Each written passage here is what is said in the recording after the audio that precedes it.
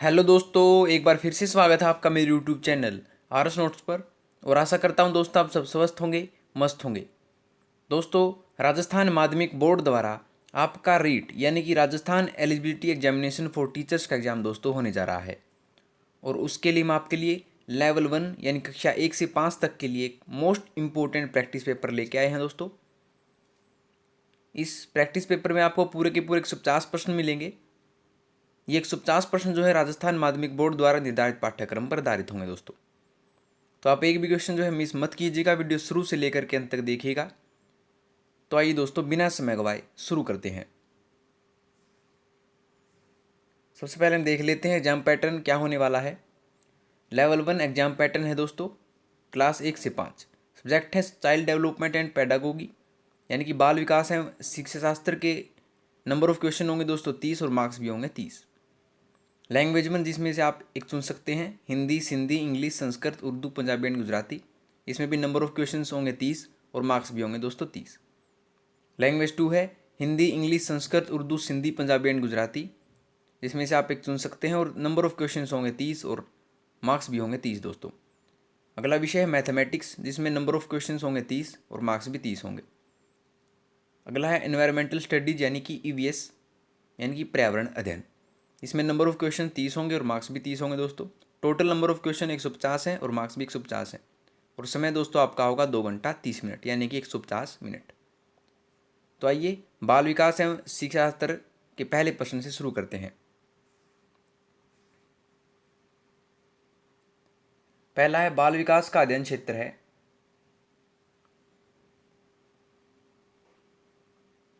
तो बाल विकास का अध्ययन क्षेत्र है दोस्तों वातावरण का बाल विकास पर पड़ने वाले प्रभावों का अध्ययन, बाल विकास का विभिन्न अवस्थाओं का अध्ययन और व्यक्ति की भिन्नताओं का अध्ययन। तीनों ही हैं दोस्तों बाल विकास के अध्ययन के क्षेत्र। तो ऑप्शन डी इसका जवाब होगा उपरोक्त भी।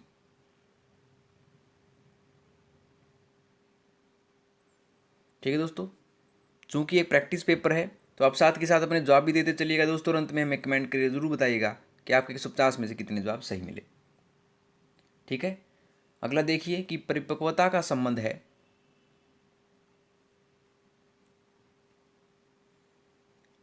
परिपक्वता का संबंध होता है दोस्तों विकास से, ऑप्शन बी।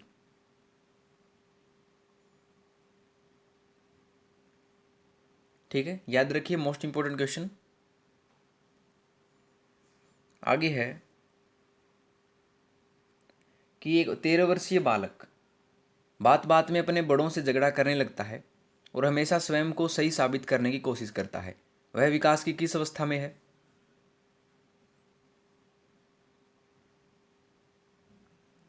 तो वो है दोस्तों किशोरावस्था में, ऑप्शन ए।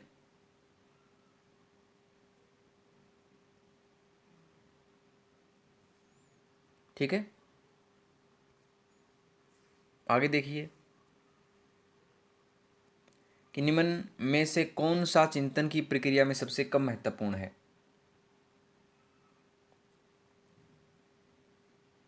तो सबसे कम महत्वपूर्ण जो है दोस्तों वो है मांसपेशीय क्रियाएं, ऑप्शन सी।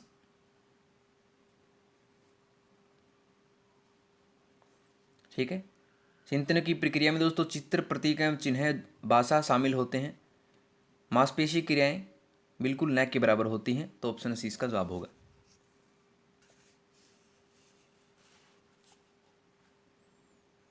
ठीक है दोस्तों, आगे बढ़ते हैं कि बालक के शारीरिक व क्रियात्मक विकास की दिशा होती है।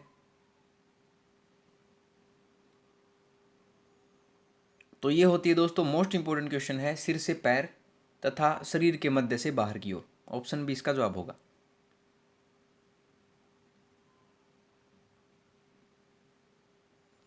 ठीक है, आगे देखिए कि व्यक्ति की विभिन्नता के मिलने के संबंध में एक अध्यापक की भूमिका होनी चाहिए। तो ये होनी चाहिए दोस्तों व्यक्ति के दृष्टिकोण, अभिरुचि और योग्यता को जानने का प्रयास करने की, व्यक्ति आधारित पाठ्यक्रमों को उनकी आवश्यकता के अनुसार जानने की कोशिश। तो दोनों ही होंगी दोस्तों, तो ऑप्शन सी इसका जवाब होगा उपयुक्त दोनों।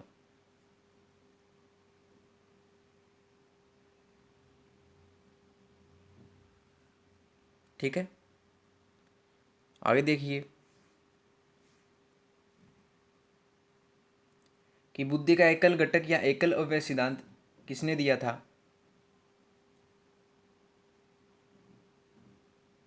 तो ये दिया था दोस्तों अल्फ्रेड बीने ने। ठीक है, एकल घटक या एकल अवयव सिद्धांत दिया था अल्फ्रेड बीने ने। द्विखंड सिद्धांत दिया था स्पीयरमैन ने। और बहुखंड सिद्धांत दिया था दोस्तों कैली और थर्स्टन ने। तीनों याद रखिएगा, मोस्ट इंपोर्टेंट क्वेश्चन है।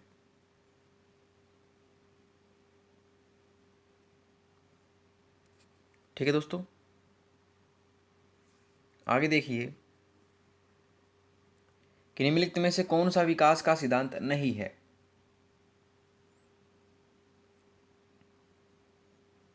तो ये नहीं है दोस्तों विशिष्ट से सामान्य क्रियाओं का सिद्धांत। ये एक विकास का सिद्धांत नहीं है। एकीकरण का सिद्धांत है, निरंतरता का सिद्धांत है और विविधता का सिद्धांत है, लेकिन विशिष्टता से सामान्य क्रियाओं का सिद्धांत विकास का सिद्धांत नहीं है दोस्तों।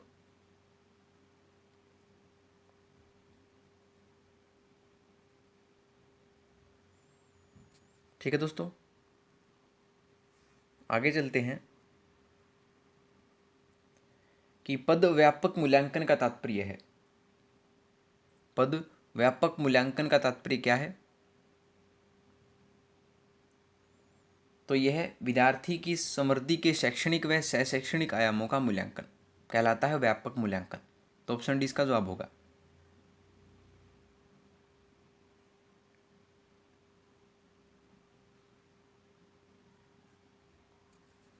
ठीक है दोस्तों,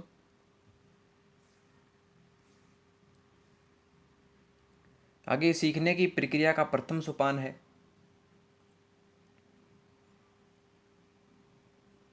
तो सीखने की प्रक्रिया का प्रथम सोपान होता है दोस्तों जिज्ञासा। सीखने की प्रक्रिया का प्रथम सोपान जिज्ञासा है। बालक में किसी भी विषय वस्तु को जानने की इच्छा होती है और वह उस विषय वस्तु में रुचि लेने लगता है और अधिगम प्रक्रिया स्वाभाविक रूप से प्रभावी हो जाती है दोस्तों। तो सीखने की प्रक्रिया का प्रथम सोपान है जिज्ञासा। ठीक है, आगे राष्ट्रीय पाठ्यचर्या की रूपरेखा 2005 में बातचीत की गई है।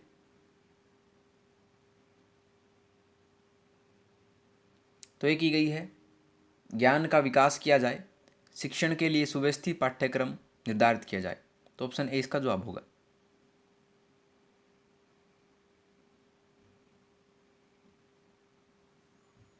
ठीक है, आगे देखिए कि व्यक्तित्व के संगठन का स्वरूप है। तो व्यक्तित्व के संगठन का स्वरूप जो है दोस्तों वह है मनोवैज्ञानिक और शारीरिक। ऑप्शन बी इसका जवाब होगा। बार बार पूछा गया क्वेश्चन है, मनोवैज्ञानिक और शारीरिक गुणों के मिलने से एक अच्छे व्यक्तित्व का निर्माण होता है। इन दोनों गुणों में से किसी एक की भी अनुपस्थिति से व्यक्तित्व का संतुलन जो है नहीं बैठ पाता है। तो दोनों ही जरूरी हैं दोस्तों।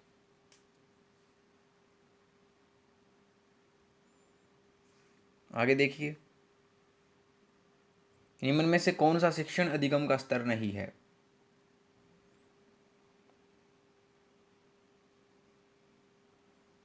ये नहीं है दोस्तों विभेदीकरण स्तर। ऑप्शन ए इसका जवाब होगा।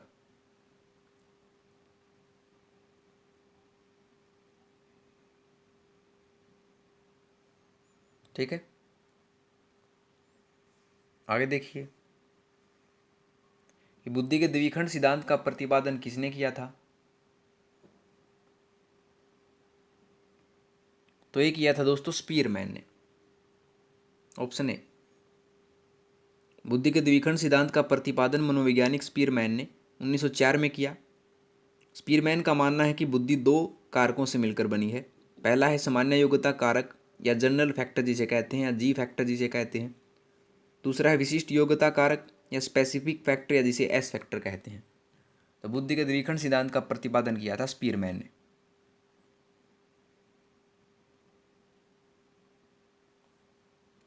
ठीक है दोस्तों, आगे देखिए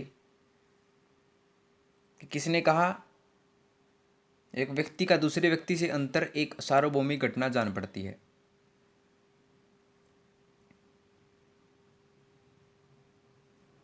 तो ये कहा था दोस्तों टायलर ने, ऑप्शन सी।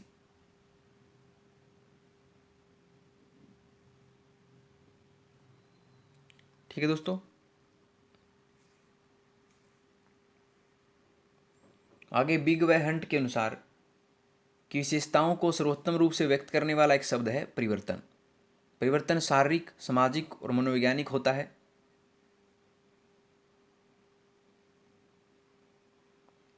ये होता है दोस्तों किशोर अवस्था में, ऑप्शन सी।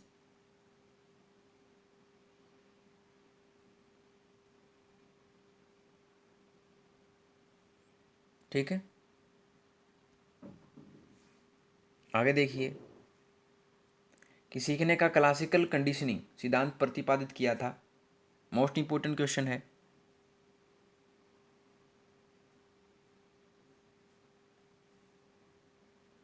तो ये किया गया था पावलोव द्वारा, ऑप्शन बी। याद रखिएगा इसे प्रत्यावर्तन सिद्धांत भी कहा जाता है दोस्तों, और उनके अनुसार सीखना एक अनुकूलित अनुक्रिया होती है। दोनों याद रखिएगा। आगे है कि शिक्षा का अधिकार अधिनियम 2009 में एक अध्यापक के लिए न्यूनतम कार्य घंटे प्रति सप्ताह निर्धारित किए गए हैं।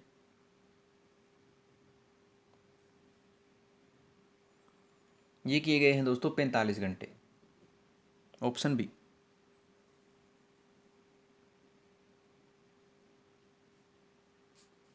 ठीक है, आगे निरीक्षण विधि में किया जाता है।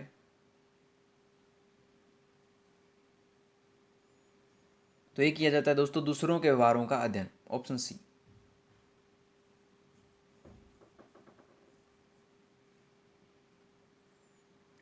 ठीक है, आगे है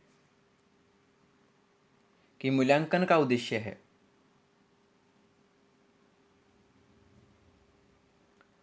तो मूल्यांकन का उद्देश्य है दोस्तों उत्पादक जीवन जीने के लिए शिक्षा किस सीमा तक तैयार कर पाई है का पुष्टि पोषण प्रदान करना मूल्यांकन का उद्देश्य है। तो ऑप्शन डी इसका जवाब होगा दोस्तों।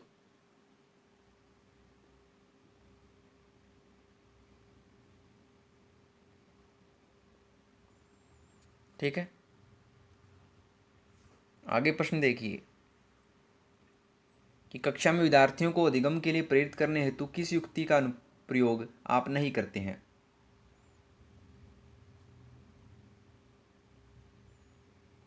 तो इसमें हम नहीं करते हैं उनकी अत्यधिक प्रशंसा करना, ऑप्शन सी।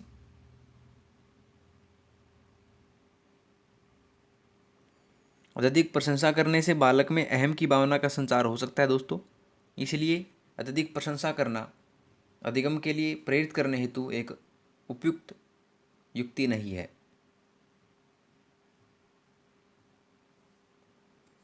ठीक है,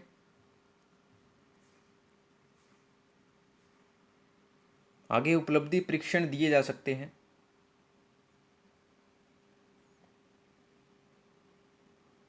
तो ये दिए जा सकते हैं दोस्तों दो प्रकार से, ऑप्शन ए। ठीक है, कौन से हैं दो प्रकार? पहला है दोस्तों मानकीकृत उपलब्धि परीक्षण और दूसरा है अध्यापक निर्मित उपलब्धि परीक्षण। दोनों याद रखिएगा।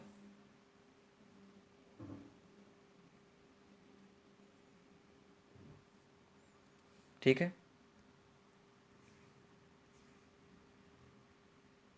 आगे सीखने की प्रक्रिया में सीखने का स्थानांतरण हो सकता है।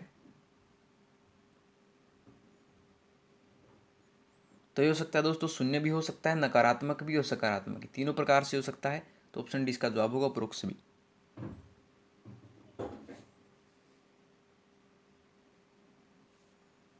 ठीक है, आगे देखिए दोस्तों कि गार्डनर ने 7 अभियोगिताओं का अधिमान निर्धारित किया, इसमें से कौन सा नहीं है।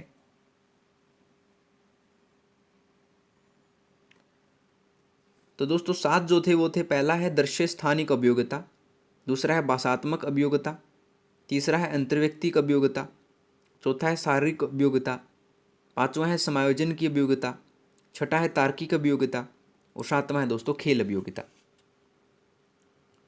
तो 3 आपको मिल गए होंगे दोस्तों। कौन कौन से? अंतर्व्यक्तिक अभियोगिता होती है, स्थान संबंधी अभियोगिता होती है और भाषात्मक अभियोगिता होती है, लेकिन भावनात्मक अभियोगिता नहीं होती है। तो ऑप्शन 20 का जवाब होगा दोस्तों।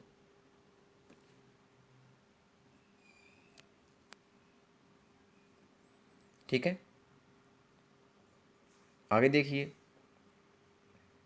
व्यक्तिगत विविधताओं वाले बच्चों को पढ़ाने के लिए ऐसे विद्यालय होने चाहिए जहां शिक्षक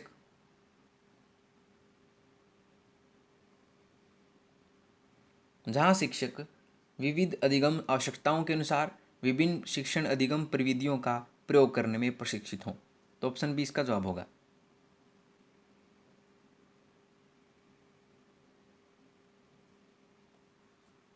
ठीक है, आगे है कि किसी शिक्षक को यदि यह लगता है कि उसका एक विद्यार्थी जो पहले विषय वस्तु को भली प्रकार सीख रहा था उसमें स्थिरता आ गई है, शिक्षक को इसे कैसे लेना चाहिए? तो शिक्षक को इसे सीखने की प्रक्रिया की स्वाभाविक स्थिति मानना चाहिए। तो ऑप्शन ए इसका जवाब होगा।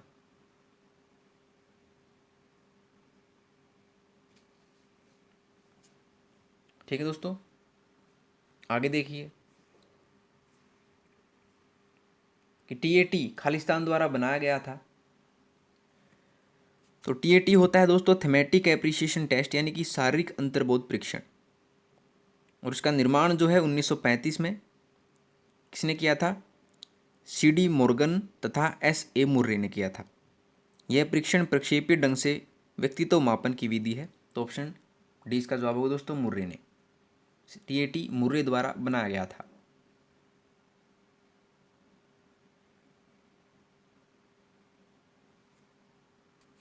ठीक है, आगे है कि निम्न में से कौन सा मत अंतर्दृष्टि द्वारा सीखने की व्याख्या करता है? तो ये करता है गेस्टाल्टवाद, ऑप्शन डी।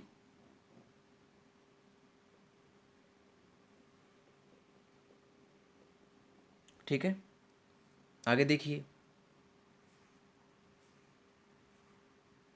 कि लड़का पैदा होने के लिए उत्तरदायी क्रोमोसोम्स हैं।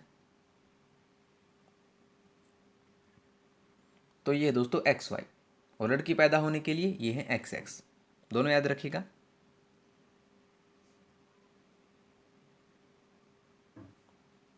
ठीक है, आगे है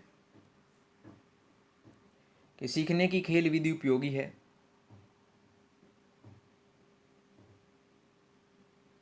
तो ये दोस्तों बाल्यावस्था हेतु, ऑप्शन ए इसका जवाब होगा। तो ये थे आपके बाल विकास एवं शिक्षा शास्त्र के प्रश्न दोस्तों। अब हम आते हैं लैंग्वेज इंग्लिश पर। जिसकी भी लैंग्वेज 1 या लैंग्वेज 2 इंग्लिश हो, दोनों के लिए महत्वपूर्ण होंगे। तो आइए शुरू करें। डायरेक्शन दे रखी है नंबर क्वेश्चन नंबर 31 से 35 है कि read the passage given below and answer the questions that follow by selecting the correct most appropriate options. आपको नीचे पैसेज दिया हुआ मिलोगे दोस्तों, उसमें से क्वेश्चनों के आपको जवाब देने होंगे, जो सही ऑप्शन होगा वो आपको चुनना है। देखिए ये आपको दे रखा है दोस्तों पैसेज कि Kangri कारचोक the Kailash Purana of the Tibetans describes the sacred elephant mouth river और Langchen Khambab as a long extensive river that rises from the lake uncurable the Tso Mapham और Mansarovar that flows from the mountains regions of Tibet. दोस्तों ये आपका paragraph दे रखा है, passage दे रखा है, इसमें से छांट छांट के मैं क्वेश्चन होंगे आंसर देने होंगे दोस्तों। ठीक है, तो क्वेश्चन देखते हैं कि रीड द फॉलोइंग सेंटेंसेस। देखते हैं सेंटेंसेस। पहला है Kangri Karchhak is a holy book of the Tibetans.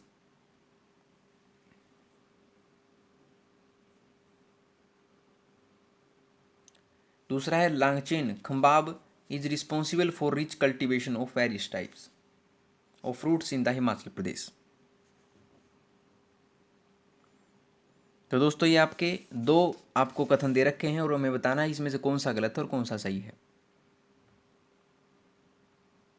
तो दोस्तों इसमें पहला भी सही है और दूसरा भी सही है, यानी कि बोथ 1 and 2 आर ट्रू। तो ऑप्शन 20 का जवाब होगा।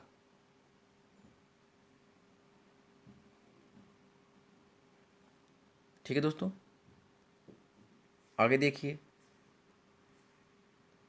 कि which one of the following words is most similar in meaning to the word gigantic are as use in the passage. Gigantic का हमें सर्वनाम या पर्यायवाची शब्द बताना है दोस्तों, समानार्थी शब्द बताना है। तो जाइजेंटिक होता है दोस्तों विशालकाय, और इसका पर्यायवाची शब्द होगा ह्यूज। ऑप्शन सी इसका जवाब होगा।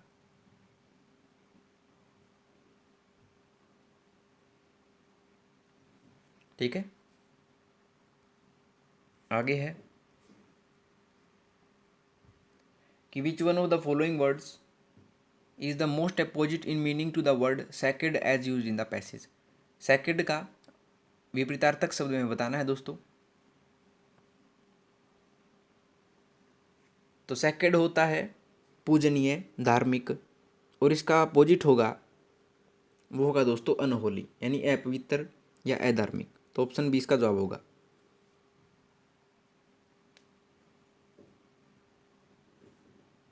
ठीक है,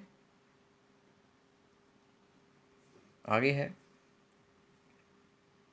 which part of speech is the underline word in the following sentence. I don't know why he is so hostile to me. तो मैं बताना दोस्तों, जो अंडरलाइन वर्ड है वो पार्ट ऑफ स्पीच कौन सी है? क्या वो एडवर्ब है, प्रीपोजिशन है, प्रोनाउन है, एडजेक्टिव है? तो ये एक दोस्तों एडवर्ब है। ऑप्शन ए इसका जवाब होगा।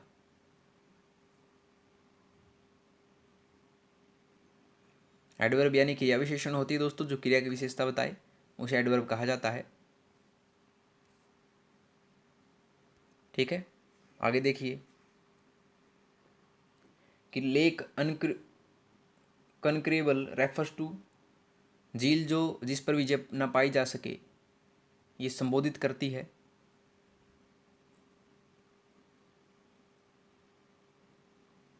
तो ये लेक मानसरोवर को रेफर करती है। तो ऑप्शन ए इसका जवाब होगा दोस्तों।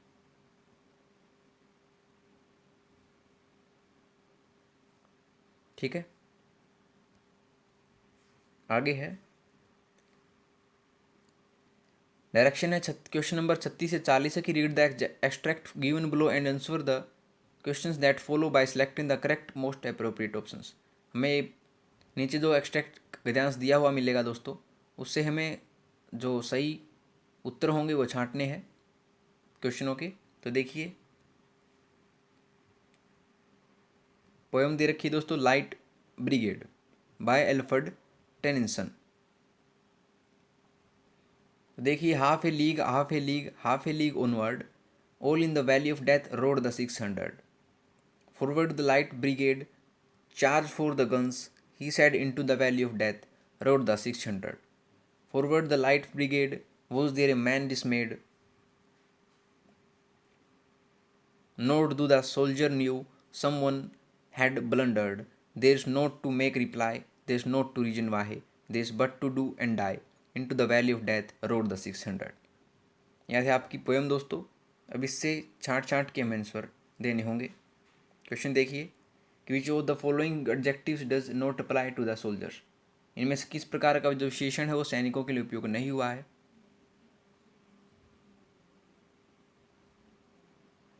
तो ये नहीं हुआ दोस्तों इम्प्रैक्टिकल, यानी कि अव्यवहारिक, ये प्रयोग नहीं हुआ है सैनिकों के लिए। तो ऑप्शन सी इसका जवाब होगा।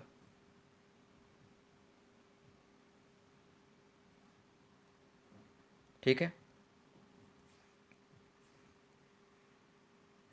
आगे name the figure of speech used in the valley of death. Figure of speech में बताना है दोस्तों जो कि वैली ऑफ डेथ में प्रयोग किया गया है।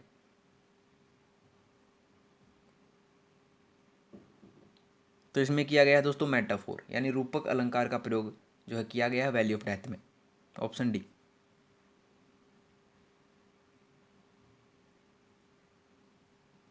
ठीक है, आगे देखिए कि which literary device is used in the expression to do and die. इनमें से किस प्रकार का साहित्यिक जो उपकरण है वो प्रयोग किया गया है दर्शाने के लिए? टू डू एंड डाई, करने और मरने के लिए। तो ये किया गया है दोस्तों अनुप्रास अलंकार का, यानी एलिट्रेशन। ऑप्शन ए इसका जवाब होगा।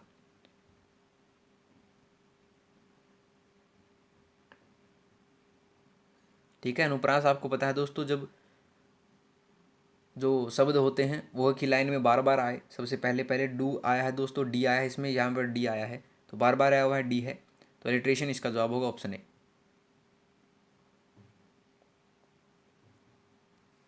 ठीक है, आगे in the first stanza of the extract the soldiers are, पहले स्टेंजा में जो सैनिक हैं वो क्या कर रही हैं? सोल्जर्स जो हैं वो seen riding fast to the enemy territory, वो दिखाई दे रहे हैं शत्रु के क्षेत्र में जल्दी जल्दी भागने की। तो ऑप्शन सी इसका जवाब होगा।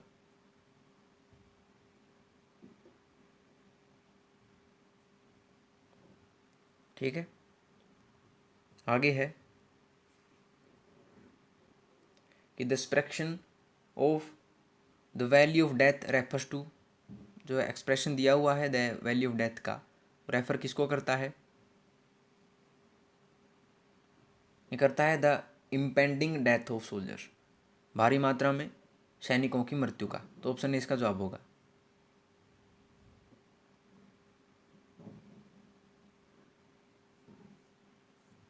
ठीक है, आगे देखिए कि change the following sentence into a question beginning with what. What से हमें क्वेश्चन मार्क सेंटेंस ये बताना है कि we are planning a picnic. आपको एक सिंपल सेंटेंस दे रखा है, इसको जो है व्हाट से जोड़ के क्वेश्चन नेबल सेंटेंस बनाना है। तो क्या बनेगा? तो ये बनेगा दोस्तों what are you planning for. Option C इसका जवाब होगा।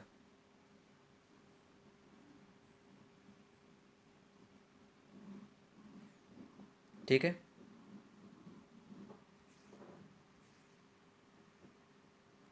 आगे the English and foreign language university यानी EFLU इज सिचुएटेड एट, जो इंग्लिश और फॉरेन भाषा की यूनिवर्सिटी है वो स्थापित कहाँ है?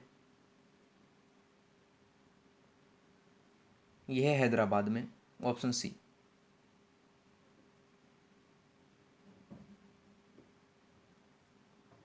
ठीक है दोस्तों,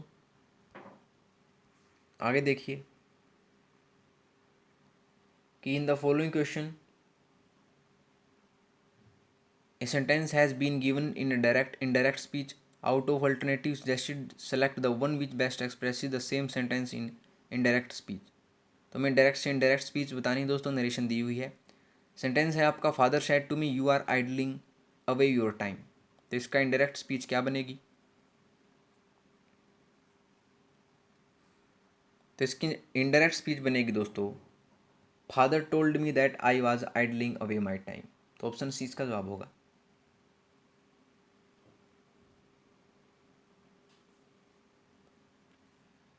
ठीक है, आगे है कि how many labiodental consonants are there. Labiodental व्यंजन कितने होते हैं दोस्तों इंग्लिश में? तो ये होते हैं 2 प्रकार के। Option B.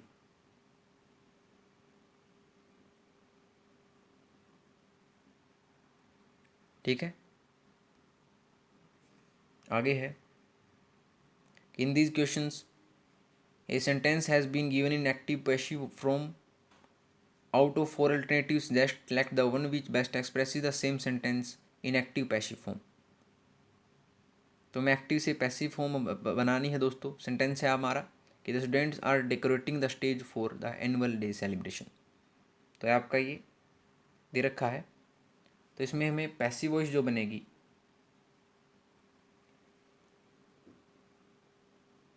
ये बनेगी दोस्तों the stage is being decorated by the students for the annual day celebration. तो ऑप्शन बी इसका जवाब होगा।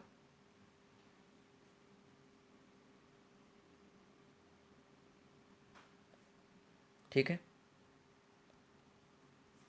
आगे देखिए प्रश्न which among the following does not come under meaning based activities, इनमें से क्या जो है वो नहीं आता है मीनिंग बेस्ड प्रक्रियाओं के अंतर्गत। ये नहीं आता है reading out every word aloud and translating it, हर एक शब्द को जोर जोर से ऊंचे बोलना और उसको ट्रांसलेट करना। तो ऑप्शन सी इसका जवाब होगा, ये शामिल नहीं होता है।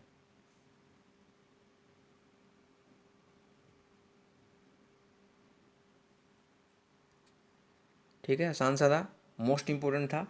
आगे देखिए कि blank comprehension is the skill of reading a piece of text closely और intensely for the purpose of extracting specific information from the text. तो दोस्तों ये होता है लोकल कंप्रीहेंशन, जो स्थानीय संप्रेषण होता है वो क्षमता होती है अच्छे से समझने की, जो उद्देश्य दे रखा है उसको प्राप्त करने की, ऑफ द एक्सट्रैक्ट किसी भी गद्यांश की। ऑप्शन बी इसका जवाब होगा लोकल कंप्रीहेंशन।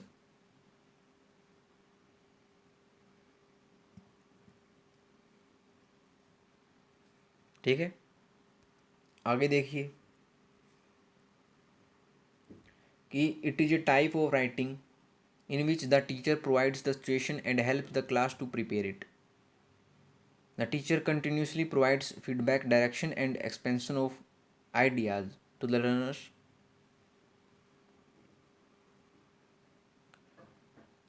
यह एक प्रकार होता है लिखने का जिसमें जो अध्यापक होता है वो प्रदान करता है एक परिस्थितियाँ बच्चों को क्लास में तैयार करने के लिए। जो अध्यापक है वो पृष्ठ पोषण प्राप्त करता है बच्चों से, दिशा प्रदान करता है और उनका जो फैलाव है विचारों का उसको जांचता है, परखता है। तो किस प्रकार की राइटिंग की प्रक्रिया होगी, ये होगी गाइडेड राइटिंग, ऑप्शन है।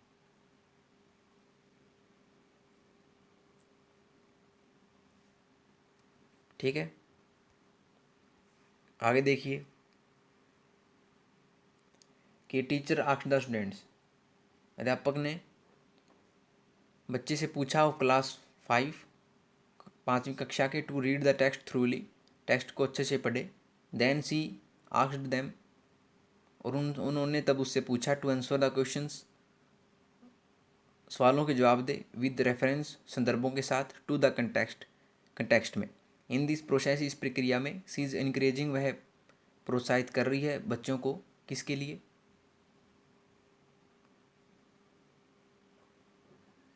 ये कर रही है इंटेंसिव रीडिंग के लिए, ऑप्शन बी, यानी वो ध्यान से पढ़ें, गहराई से पढ़ें।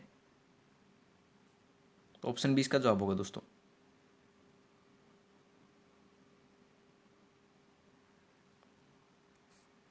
ठीक है,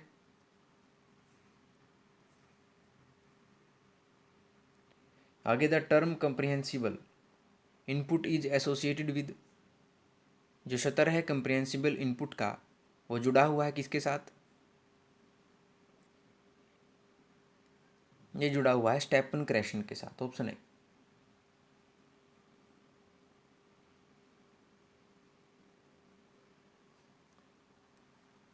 ठीक है,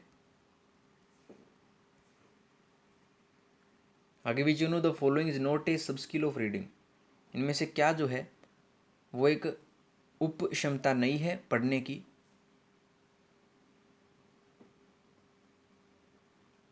ये नहीं है दोस्तों ट्रांसक्रिप्टिंग, ऑप्शन सी।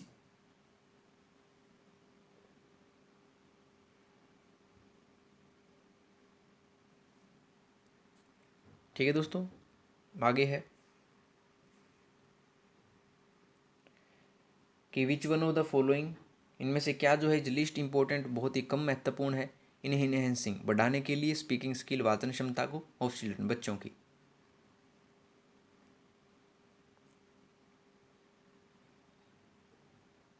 तो ये कम महत्वपूर्ण जो है वो है आस्किंग क्लोज्ड एंडेड क्वेश्चंस, जो बंद प्रश्न होते हैं उनको पूछना, ये बहुत ही कम महत्वपूर्ण है बच्चों की वाचन क्षमता को बढ़ाने के लिए। तो ऑप्शन बी इसका जवाब होगा।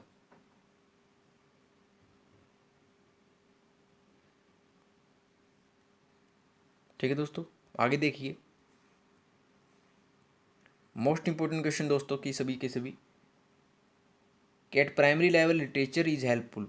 प्राथमिक स्तर पर जो साहित्य होता है वो मददगार होता है in developing language of learners, अधिगमकर्ताओं की भाषा सुधार के लिए। एज किसके साथ, जो होता है it is an authentic material covering various genres, ये जो है एक विश्वसनीय मटेरियल होता है विभिन्न विधाओं को कवर करने के लिए, विभिन्न विधाओं को सीखने के लिए। तो ऑप्शन ए इसका जवाब होगा।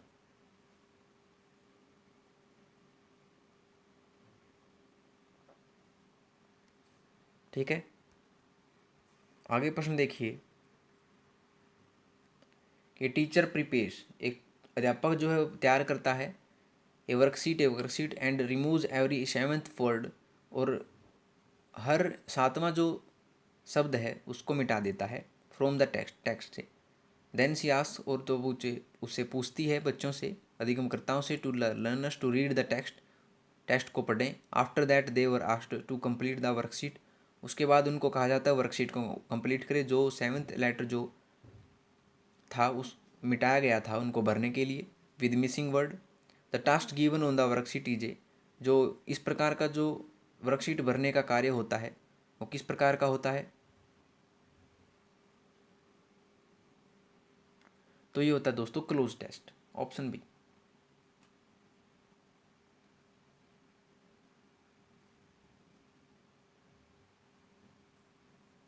ठीक है दोस्तों, आगे है कि language is arbitrary means that, language arbitrary होती है इसका अर्थ क्या है,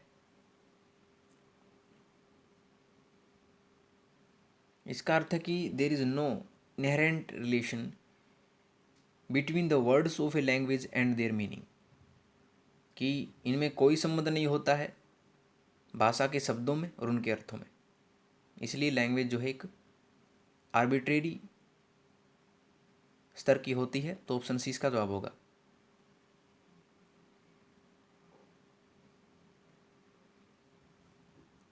ठीक है दोस्तों, आगे देखिए, कि द टीचर ऑब्जर्व्ड, जो अध्यापक है वो निरीक्षण करता है कि Praveen could not write a paragraph, जो प्रवीण है वो पैराग्राफ नहीं लिख सकता था on her own even after brainstorming the topic, जबकि उसका जो दिमाग है वो नए नए टॉपिक को उजागर कर देता है। However she was able to write it, वो जैसे तैसे वो लिखने की क्षमता रखता है, लेकिन इट अंडर अडल्ट और पीयर गाइडेंस, जो कि लोगों के गाइडेंस के साथ करता है। दिस गाइडेंस इज कॉल्ड, जो ये गाइडेंस होती है उसको क्या कहा जाता है, तो इसे कहता है दोस्तों स्कैफोल्डिंग। ऑप्शन बी, बार बार पूछा गया क्वेश्चन है, ऑप्शन बी इसका जवाब होगा, उसे कहा जाता है स्कैफोल्डिंग।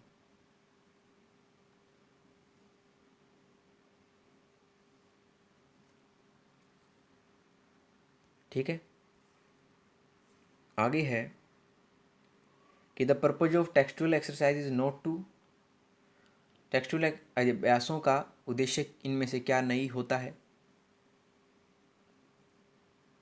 ये नहीं होता है memorize the answers to the questions, सवालों के जवाब याद करना टेक्सचुअल अभ्यासों का उद्देश्य नहीं होता है दोस्तों। ऑप्शन बी इसका जवाब होगा।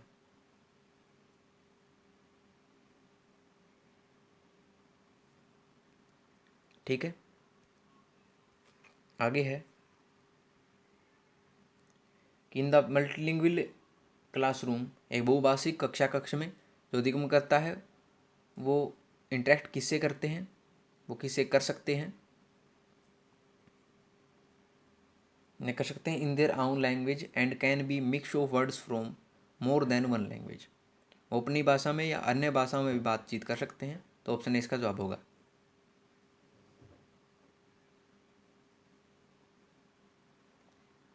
ठीक है दोस्तों, आगे है कि diagnostic test are administered to, जो उपचारात्मक टेस्ट होते हैं वो शामिल किए जाते हैं किसके द्वारा?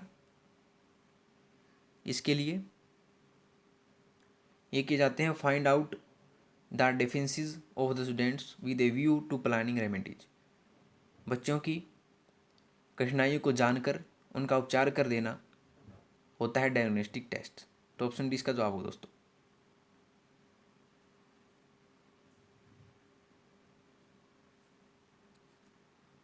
ठीक है, आगे है कि structural approach gives more importance to. तो संरचनात्मक जो अप्रोच होती है वो प्रदान करती है बहुत ही महत्वपूर्ण रूप से किसको? ये करती है रीडिंग एंड राइटिंग को, ऑप्शन सी। ठीक है दोस्तों, ये थे आपके इंग्लिश के प्रश्न। अब हम आते हैं हिंदी के प्रश्नों पर, जिसकी भी लैंग्वेज 1 या लैंग्वेज 2 हिंदी हो, दोनों के लिए महत्वपूर्ण है। तो आइए शुरू करें। 61वां है निम्न में मुहावरा नहीं है।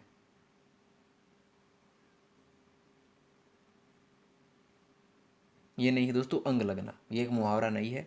अंगारे उगलना, अंत बला तो सब बला, अंग अंग फड़कना, तीनों मुहावरे हैं, लेकिन अंग लगना मुहावरा नहीं है दोस्तों।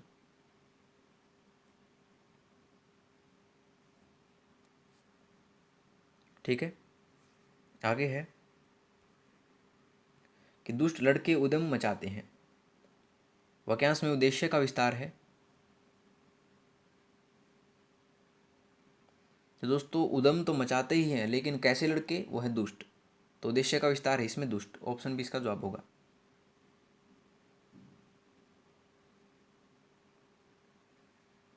ठीक है, आगे है कि शायद आज रोशनी गुल हो जाए और सिनेमा न हो। वाक्य में अर्थ की दृष्टि से वाक्य भेद होगा।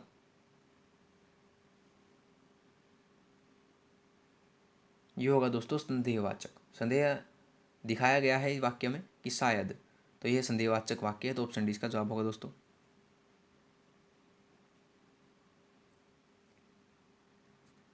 ठीक है, आगे है कि वाक्य में ऐसे शब्दों को छोड़ दिया जाना जिनके न रहने पर भी प्रसंग में वाक्य को समझने में बाधा नहीं पड़ती है, कहलाता है। मोस्ट इंपोर्टेंट क्वेश्चन दोस्तों, ये कहलाता है अध्याहार, ऑप्शन डी।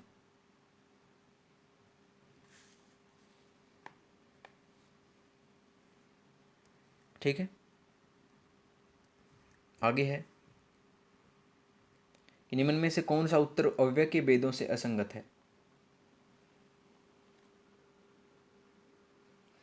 ये है दोस्तों विसर्ग बोधक अव्यय, ऑप्शन बी। ये जो है अव्यय के भेदों से असंगत होता है।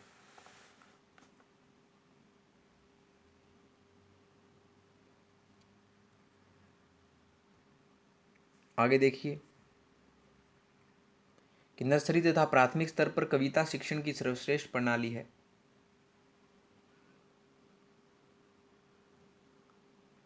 तो ये होती है दोस्तों गीत तथा नाट्य प्रणाली, ऑप्शन ए।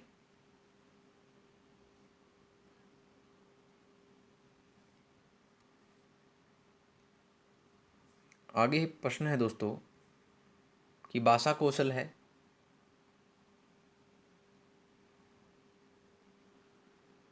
भाषा कौशल है दोस्तों दक्षता प्राप्त करना, ऑप्शन डी।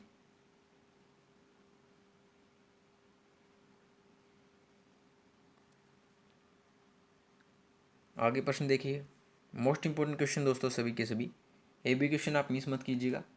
आगे प्रोजेक्ट विधि में शिक्षा प्रदान की जाती है। ये की जाती है जीवनोपयोगी शिक्षा, ऑप्शन बी।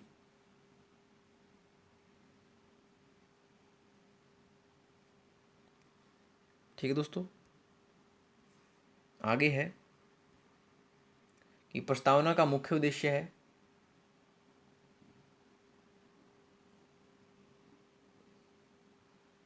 यह नवीन ज्ञान ग्रहण हेतु तत्पर करना, ऑप्शन सी।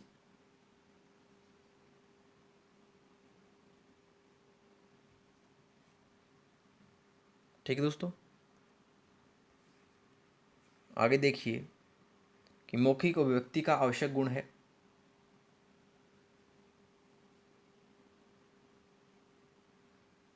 तो ये होता है उच्चारण की शुद्धता, ऑप्शन डी।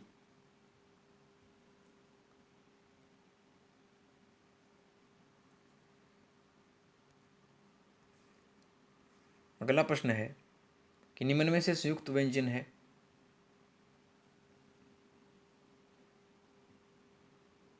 ये दोस्तों श्रय, ऑप्शन ए।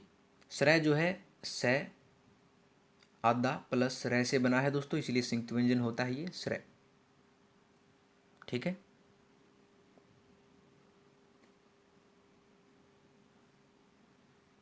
आगे देखिए दोस्तों,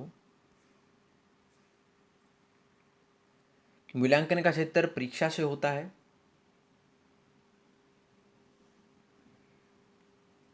ये होता है दोस्तों विस्तृत, ऑप्शन बी। मूल्यांकन का क्षेत्र जो है विस्तृत होता है परीक्षा से।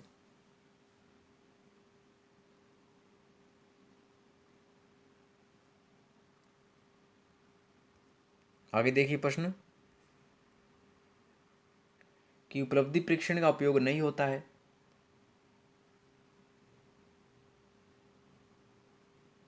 नहीं होता है दोस्तों, ये नहीं होता शिक्षक की कठिनाई का निदान करने में, ऑप्शन सी।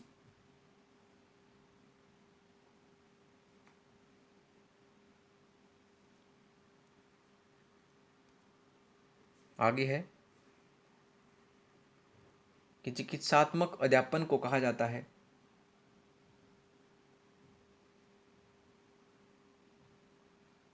ये कहा जाता है उपचार, ऑप्शन बी।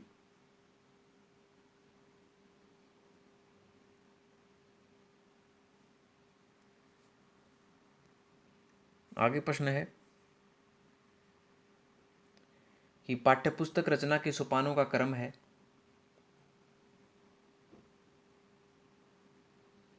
तो दोस्तों इसमें सबसे पहले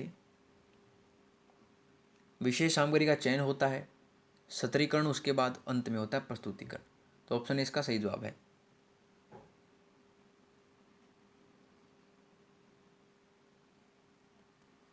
ठीक है दोस्तों,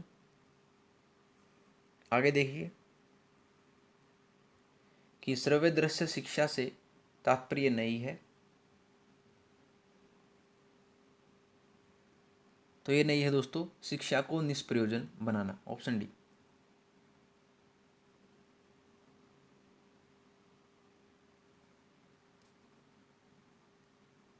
आगे प्रश्न है कि तथ्य में व्यापक मूल्यांकन की विशेषता नहीं है।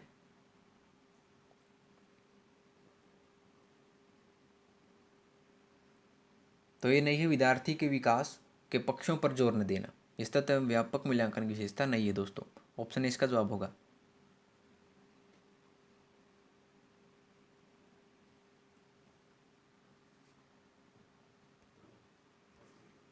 आगे है कि सत्य असत्य परीक्षण कहलाता है।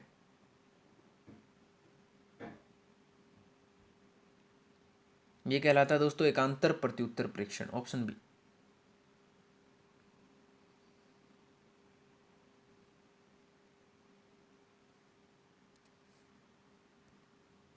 आगे है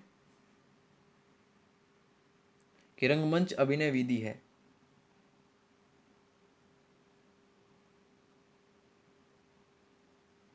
तो ये है दोस्तों नाटक की, ऑप्शन सी।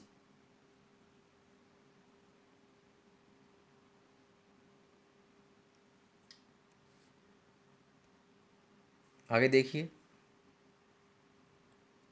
कि भाषा प्रयोग एक कौशल से संबंधित पक्ष नहीं है।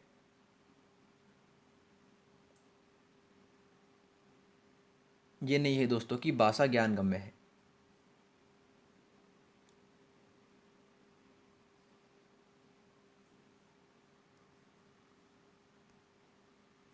आगे देखिए कि निर्देश दे रखा है प्रश्न संख्या 81 से 85 तक कि निम्नलिखित अपठित गद्यांश के आधार पर प्रश्नों के उत्तर दीजिए। तो गद्यांश है कि गांधी जी सत्य और अहिंसा को जीवन में सर्वाधिक महत्व देते थे। सत्याग्रह व असहयोग आंदोलन द्वारा उन्होंने अंग्रेजों का मुकाबला किया। तो दोस्तों ये गांधी जी के ऊपर जो गद्यांश दे रखा है आपको, इसमें से आपको प्रश्नों के उत्तर बताने होंगे। तो प्रश्न देखिए कि शरीर यात्रा के लिए जितना आवश्यक हो उससे अधिक पैसा, अन्न आदि को न लेना अर्थ को व्यक्त करने वाला शब्द है।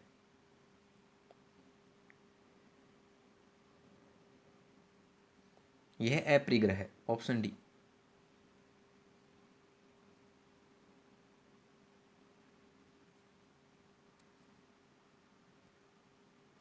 आगे प्रश्न है कि सत्याग्रह में कौन सी संधि है।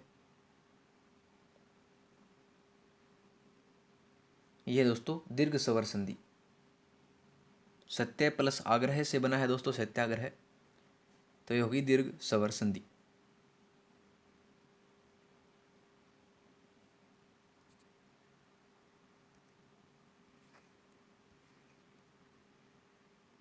आगे अंग्रेजों का मुकाबला किया में काल है। ये दोस्तों सामान्य भूतकाल।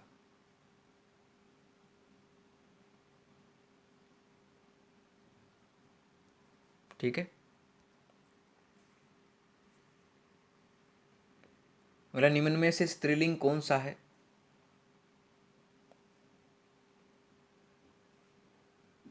तो यह जाति। जाति एक स्त्रीलिंग शब्द है। धर्म, संप्रदाय, रंग जो है पुल्लिंग है।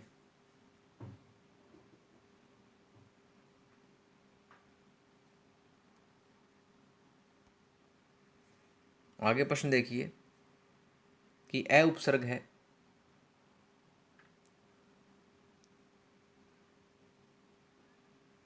यह दोस्तों अहिंसा में, ऑप्शन सी। उपसर्ग जो होता है वो वाक्यांश से पहले लगता है, उसे उपसर्ग कहा जाता है। तो अ प्लस हिंसा से बना है अहिंसा, तो इसमें अ उपसर्ग है।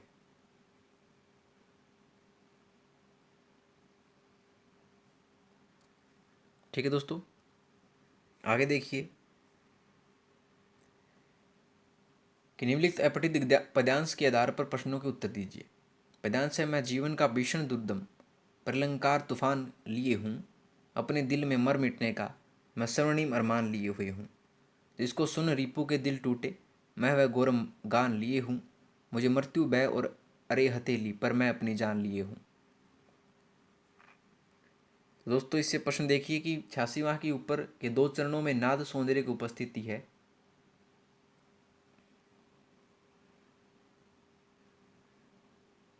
तो ये दोस्तों दुर्दम और प्रलंकार शब्दों के कारण, ऑप्शन सी।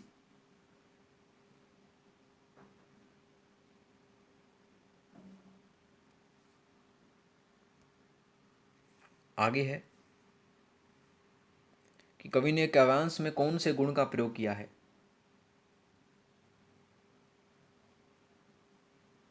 ये किया है ओज गुण का।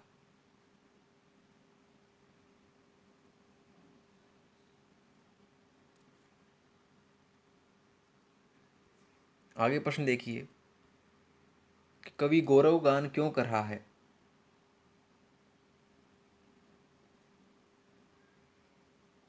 स्त्रियों की हिम्मत तोड़ने हेतु कवि जो है गौरव गान कर रहा है। तो ऑप्शन इसका जवाब होगा दोस्तों।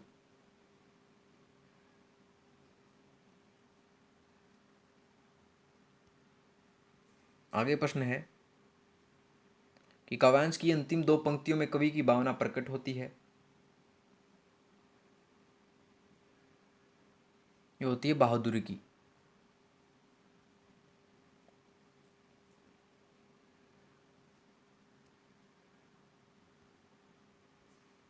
आगे प्रश्न है कि कवि दिल में किस प्रकार का स्वर्णिम अरमान लिए है। ये लिए है दोस्तों मर मिटने का, ऑप्शन डी। दोस्तों ये थे आपके हिंदी के प्रश्न। अब हम आते हैं गणित यानी मैथमेटिक्स के प्रश्नों पर। तो देखिए 91वां प्रश्न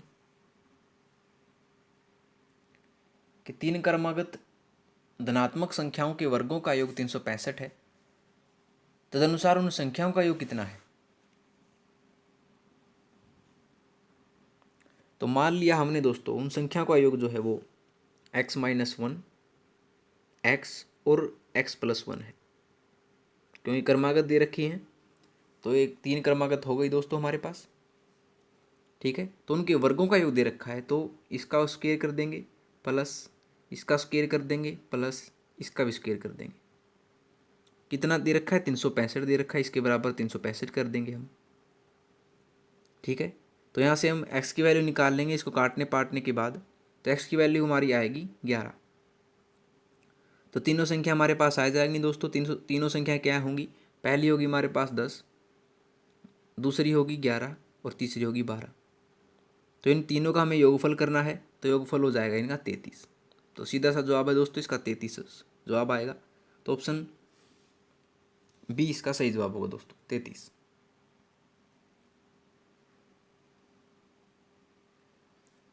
ठीक है, आसान सा था। आगे है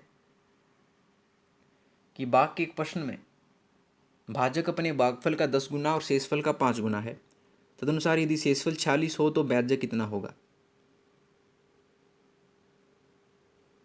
तो दोस्तों प्रश्नानुसार हम देखें कि भाजक जो है किसके बराबर होता है, भाजक होता है भागफल गुना 10 के। दे रखा है दोस्तों भाग के प्रश्न में भाजक अपने भागफल का 10 गुना है, और आगे दे रखा है शेषफल का 5 गुना है भाजक। तो भाजक क्या है,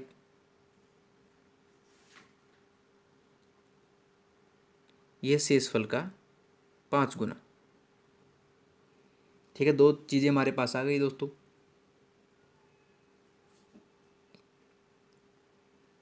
तो भाजक हमारे पास कितना हो जाएगा, तदनुसार यदि शेषफल 46 हो तो भाजक हमारे पास हो जाएगा दोस्तों, भाजक हो जाएगा हमारे पास 46 गुना 5 यानी कि 230। ये हमारे पास भाजक आ गया। और तो भागफल क्या होगा, भागफल जो होता है दोस्तों आपको पता है क्या होता है, भागफल इससे निकाल लेंगे। भागफल हमारे पास भाजक आ गया, तो भागफल होगा 230/10 यानी कि 23। हमारे पास भागफल आ गया। ठीक है, तो भाज्य कितना होगा, भाज्य निकाल लेंगे। भाज्य निकालने का फॉर्मूला क्या होता है, भाजक गुना भागफल प्लस शेषफल। तो भाजक कितना था हमारे पास, 230 था। भागफल कितना था, आया था 23। शेषफल कितना है, 46 है, क्योंकि पूछ रखा है शेषफल 46 हो तो टोटली हमारे पास कितना हो जाएगा, 5 3 3 6। तो जवाब होगा दोस्तों इसका ऑप्शन डी। तो भाज्य होगा 5336।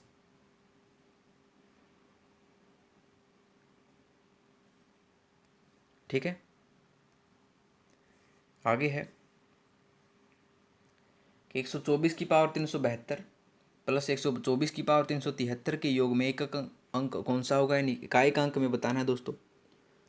तो ऐसी संख्या जब आपको मिल जाए तो आपको क्या करना, जो पावर होती है उसको 4 से भाग कर दीजिए दोस्तों। 4 से भाग करेंगे तो कितना हो जाएगा, 372 को 4 से भाग कर दिया, 4 निमा 36 और 4 तिया 12। ठीक है, पूरा पूरा चला गया। तो इसका वैल्यू जो बची दोस्तों पावर की, वो शेषफल में देखना है, 0 बची। तो 124 की पावर 0 कर देंगे, कर दी, प्लस कर देंगे। 373 को जब करेंगे तो शेषफल कितना बचेगा, 1 बचेगा दोस्तों। ठीक है, तो 124 की पावर हम क्या कर देंगे, 1 कर देंगे। तो 124 की पावर जब किसी की पावर 1 हो तो क्या होता है, यानी 0 हो तो क्या होता है, 1 होता है। और 124 की पावर 124 है तो 4 हो जाएगा, 124 रह गया इसमें। तो 124 और 1 कितना हो गया, 125 हो गया। तो इसमें इकाई का अंक कितना होगा, 5 हो गया। तो अपना जवाब क्या होगा, ऑप्शन ए 5। सिंपल सा था, 4 से भाग पावर को कर दीजिए, शेषफल जो बचता है वो पावर कर दीजिए। तो उन दोनों को जोड़ दीजिए, 125 आ गया। तो इकाई का अंक आपका 5 है। ठीक है, आसान सा था। आगे निम्न पाई चार्ट एक व्यक्ति के खर्चों को प्रदर्शित करता है। उसकी कुल आमदनी 28,000 है। यदि वह 4,900 बचत करता है तो एक्स का मान क्या है। तो आपको ये दे रखा है दोस्तों, अन्य दवाइयाँ बचत है एक्स डिग्री और भोजन है 135 डिग्री। तो इसका सॉल्यूशन हम निकालेंगे दोस्तों। देखिए सीधा सा सॉल्यूशन होगा दोस्तों इसका, हमें बताना है एक्स का मान। ठीक है, तो एक्स किसके बराबर होगा दोस्तों, ये बराबर होगा आपका जो आपको बचत दे रखी है गुना 360, क्योंकि डिग्री में है तो 360 गुना करनी पड़ेगी। और जो हमें कुल आमदनी दे रखी है वो बटे में कर देंगे, तो हमारे पास एक्स का मान आ जाएगा दोस्तों। तो कितना होगा इसका, एक्स का मान 63 डिग्री हो जाएगा। तो ऑप्शन क्या हो जाएगा इसका, ऑप्शन सी इसका सही जवाब होगा दोस्तों। तो एक्स का मान क्या होगा आपका, 63 डिग्री।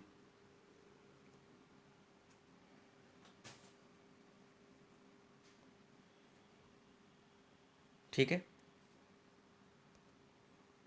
आगे है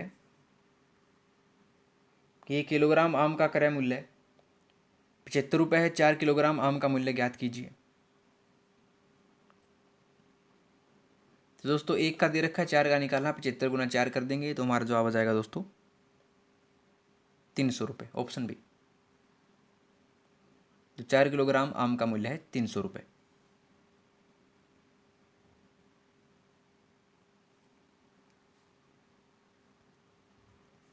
आगे है कि निम्नलिखित में से कौन सा क्रियाकलाप बच्चों में त्रिविम समझ को विकसित करने के लिए अधिक उपयुक्त है।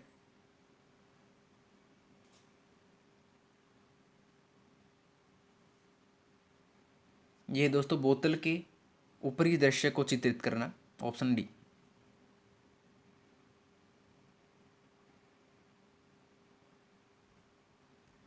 ठीक है। आगे देखिए मोस्ट इंपोर्टेंट क्वेश्चन दोस्तों कि हिंदू अरबी गणना प्रणाली के लिए निम्नलिखित में से कौन सा सही नहीं है। तो ये नहीं है, इसमें आधार 2 की प्रणाली का पालन किया जाता है, ऑप्शन बी।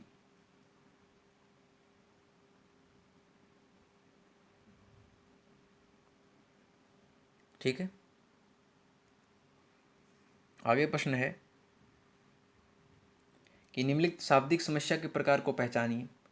मेरे पास 6 पेंसिल हैं, मनीष के पास मेरे से 2 अधिक हैं। मनीष के पास कितनी पेंसिल हैं।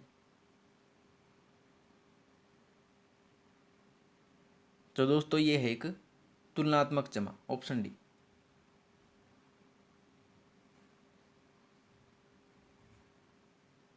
ठीक है, याद रखिए तुलनात्मक जमा। आगे प्रश्न, निम्नलिखित में से क्या गणितीय तर्कणा का सूचक है।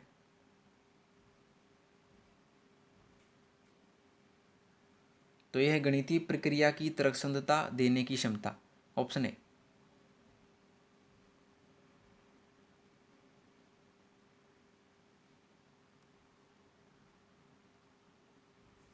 आगे प्रश्न देखिए दोस्तों, प्राथमिक स्तर पर ज्यामिति के अध्यापन के लिए वांछनीय प्रक्रिया पहचानिए।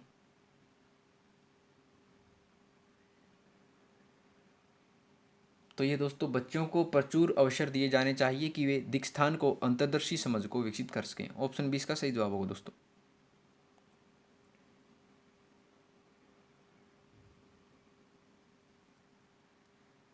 ठीक है।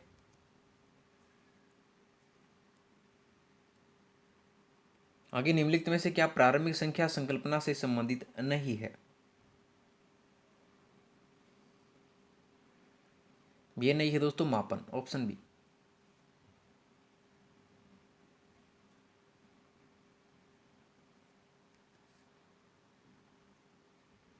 आगे है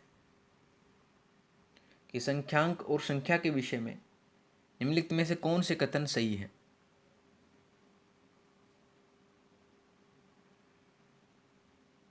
तो दोस्तों कथन है कि संख्यांक एक प्रतीक है जिसे संख्या को प्रदर्शित करने के लिए प्रयोग किया जाता है, बिल्कुल सही बात है।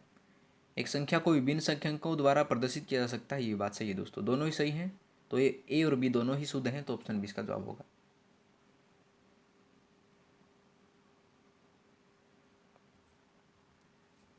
ठीक है, आगे बढ़ते हैं कि निम्नलिखित में से कौन सा गणितीय प्रक्रम नहीं है। ये नहीं है दोस्तों कंठस्थ करना।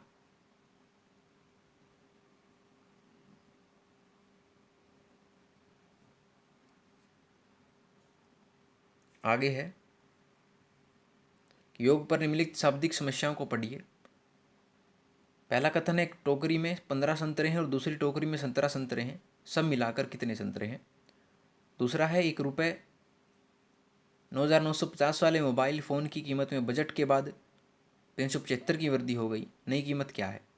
तो निम्नलिखित में से कौन सा कथन सही है, हमें ये बताना है दोस्तों।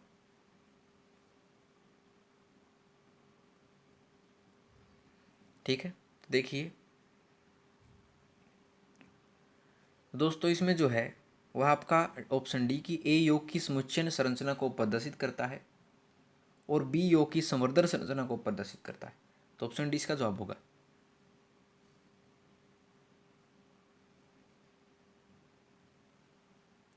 ठीक है, आगे देखिए कि पियाजे के प्रस्ताव के अनुसार माप में विभिन्न भौतिक राशियों के संरक्षण की योग्यता के विषय में सही कथन को पहचानिए।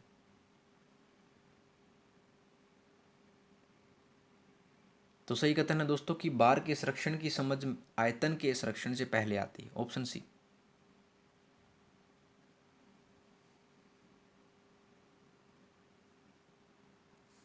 ठीक है, 106 देखिए दोस्तों कि निम्न में से कौन सी बिन सबसे छोटी है। छोटी बिन हमें बतानी है दोस्तों।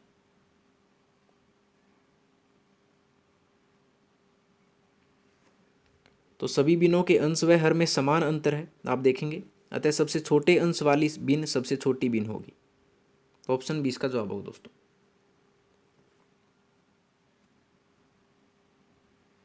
ठीक है, तो सबसे छोटे अंश वाली जो है सबसे छोटी बिन, ऑप्शन बी।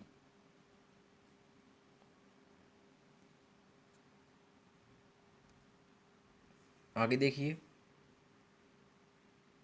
कि दो संख्याओं का लघुत्तम समावर्त है, उनकी महत्तम समावर्त का 4 गुना है, साथ ही उन दोनों का योगफल 125 है। तदनुसार यदि एक संख्या 100 है तो दूसरी संख्या कितनी होगी। तो दोस्तों मान लेते हैं कि लघुत्तम समावर्त जो है यानी कि एलसीएम जो है वो है एल, और महत्तम समावर्त जो है यानी कि एचसीएफ जो है वो है एफ यानी कि एच। ठीक है, तो प्रश्नानुसार में क्या दे रखा है, जो लघुत्तम समावर्त है उनके महत्तम समावर्त का 4 गुना है। तो लघुत्तम समावर्त महत्तम समावर्त का 4 गुना हो गया यानी कि 4H हो गया L, और जोड़ दे रखा है इनका योगफल दे रखा है 125 यानी कि L + H हो गया 125। ठीक है, तो L की जगह हम क्या लिख सकते हैं, 4H लिख सकते हैं यहाँ पर। तो 4H यानी 5H हो गया, 5H = हो गया 125। H बराबर हो गया हमारे पास 25। ठीक है, तो L कितना हो गया हमारे पास 100 हो गया। ठीक है, यहाँ तक आ गया दोस्तों। और आपको बता रखा है मैंने कि जो संख्याएं होती हैं दोनों की गुणा वो बराबर होती हैं, लघुत्तम समावर्तक गुणा महत्तम समावर्तक के। तो दूसरी संख्या फॉर्मूला आपको बता रखा है दोस्तों। दूसरी संख्या क्या निकालने का फॉर्मूला होगा, एलसीएम गुणा एचसीएफ बटा दूसरी संख्या या पहली संख्या जो भी दे पूछ रखी है। ठीक है, तो हमें क्या दे रखा है, एलसीएम हमारे पास था 100, एचसीएफ था 25 बटा पहली कितनी निकली थी संख्या 100 है, और बराबर किसके आ जाएगी 25 के। तो दूसरी संख्या क्या हुई 25 हो गई दोस्तों। जवाब क्या होगा, ऑप्शन बी।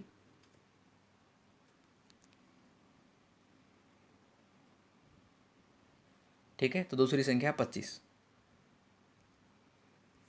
आगे देखिए कि 25 व्यक्ति कार्य को 50 दिन में पूरा करते हैं, 10 व्यक्ति इस कार्य को कितने दिन में पूरा करेंगे। तो दोस्तों आपको बता रखा है जो दो पहले दे रखे हो आपको उनकी गुणा कर दें, 25 गुना 50 कर दें, और जब पूछ रखा हो बटे में कर दें, तो हमारा जवाब आ जाएगा।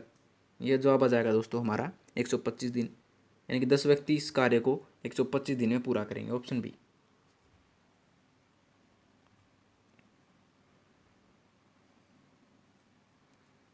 ठीक है, आगे एक बिल में 35% छूट पर और 2 बार क्रमबद्ध 20% की छूट देने पर 22 रुपये का अंतर आता है।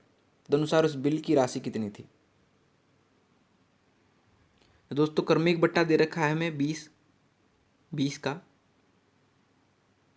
ठीक है, तो इसका क्रमिक बट्टा निकालने का फॉर्मूला होता है x + y - xy बटा 100। कर लेंगे तो 20 + 20 माइनस 20 गुना 20 कितना हो जाएगा 400 बटा 100 हो जाएगा। तो इसका क्रमिक बट्टा हमारे पास आ जाएगा 36%। ठीक है, और अंतर में दे रखा है 22 रुपये का, और छूट दे रखी थी 35।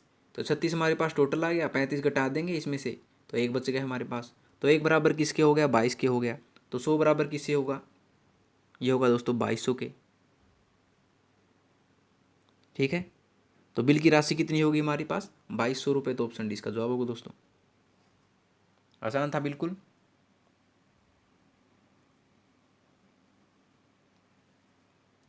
ठीक है, आगे देखिए कि किसी धनराशि पर 4% वार्षिक की दर से 8 माह का साधारण ब्याज उसी धनराशि पर 5% वार्षिक की दर से 15 माह के साधारण ब्याज से 129 रुपये कम है, यह धनराशि है। तो इसका सीधा सा फॉर्मूला मैं बता दे रहा हूँ दोस्तों आपको धनराशि निकालने का। आपको डिफरेंस जब दे रखा हो गुना 100 कर दें, उसके बटा कर दें R1 T1 minus R2 T2।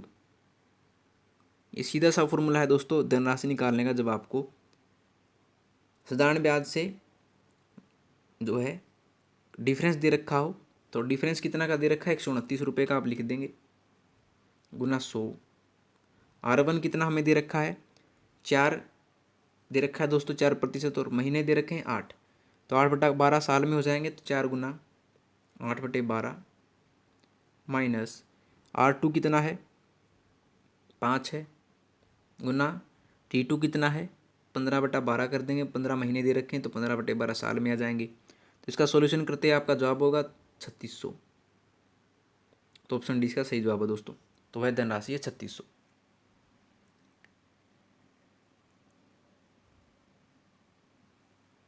ठीक है, आसान सा था।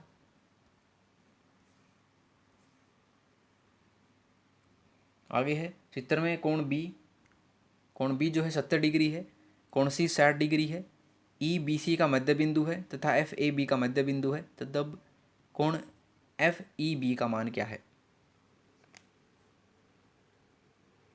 तो दोस्तों ई व एफ क्रमशः बी सी व ए बी के मध्य बिंदु है। तो आप देखेंगे कि जब मध्य बिंदु आते हैं तो वो समांतर रेखाएं हो जाती हैं, तो ई एफ समांतर रेखा हो जाएगी ए सी के। ठीक है, और जो सब समांतर रेखाएं होती हैं तो उनके कोण भी बराबर होते हैं दोस्तों। तो कोण एफ ई बी बराबर किसके हो जाएगा कोण ए सी बी के। तो ए सी बी हमें दे रखा है 60 दे रखा है, तो एफ ई बी कितना हो जाएगा 60 डिग्री हो जाएगा दोस्तों। तो कोण एफ ई बी कितना हो गया आपके पास 60 डिग्री का। तो ऑप्शन 20 का जवाब होगा दोस्तों।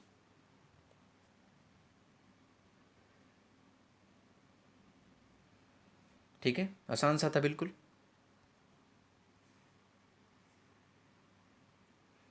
आगे दिए गए आलेख के अनुसार किन दो क्रमागत महीनों में ऑटो सेल्स में बदलाव सबसे अधिक था। तो आपको एक दे रखा है दोस्तों, तो आप देखेंगे तो सबसे अंतर ज़्यादा है वो किस में है, ये है आपका अप्रैल और मई में। सबसे ज़्यादा अप्रैल का है, कम है मई का। तो सबसे ज़्यादा अंतर है अप्रैल मई का। तो ऑप्शन ए इसका सही जवाब होगा दोस्तों, अप्रैल मई।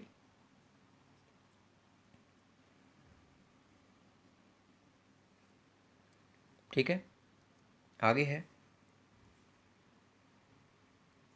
कि भुजा का वर्ग एक एकांक वर्ग मीटर में मापा जाए तो विकर्णगत रास्ते की लंबाई क्या होगी।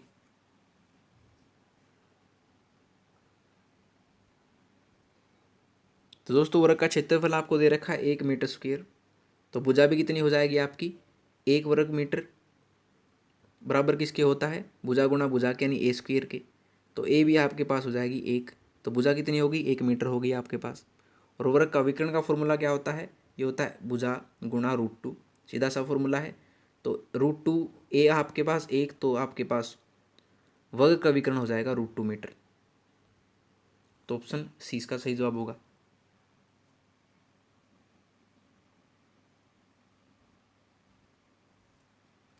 ठीक है, आगे है कि दी गई आकृति में a + b + c d का मान क्या होगा। क्या होगा दोस्तों,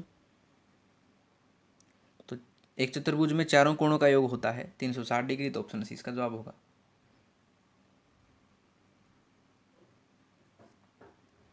ठीक है, आगे है यदि किसी भिन्न के अंश को 20% कम तथा हर को 10% बढ़ा दिया जाए तो भिन्न का मान 16/55 हो जाएगा। भिन्न का मान क्या है, तो 16/55 किस में से किया है दोस्तों, गुना 20% क्या किया है कम बढ़ा दिया गया है क्या हर को, और अंश को 20% क्या कर दिया गया है, कम कर दिया गया है। ठीक है, माना हमने वो बिन है x/y, ठीक है, मान ली हमने क्या है वो बिन x/y है, तो किसके बराबर ही है, इसके 20% तो कम कर दिया गया है हर को, यानी कि 100/-20 कर देंगे, और 10% बढ़ा दिया गया है x/y गुना अंश को 20% कम यानी 100-20, और हर को 10% बढ़ा दिया गया तो 100 + 10 आ गया। तो बराबर किसके हो जाएगा ये, 16/55 के। तो xy बराबर किसके आ गया हमारे पास, 16/55 गुना, ये उस तरफ चला जाएगा तो ऊपर चला जाएगा दोस्तों, 110/80। ठीक है, तो इसका मान आ जाएगा हमारे पास 2/5। तो बिन क्या है, 2/5 है, तो ऑप्शन ए इसका जवाब होगा।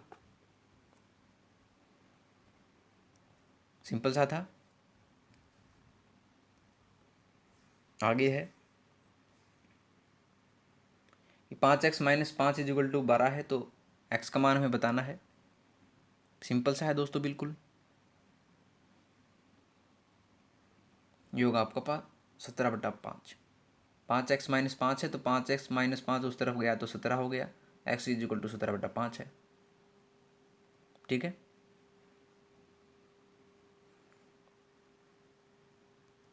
आगे है कि 3 संख्याओं का औसत 135 है, उनमें सबसे बड़ी संख्या 195 है और शेष दोनों के बीच का अंतर 20 है, तदनुसार सबसे छोटी संख्या है। तो मैं दे रखा है सबसे बड़ी संख्या 195, छोटी संख्या x मान ली हमने, माध्य की संख्या क्या होगी, x + 20 होगी,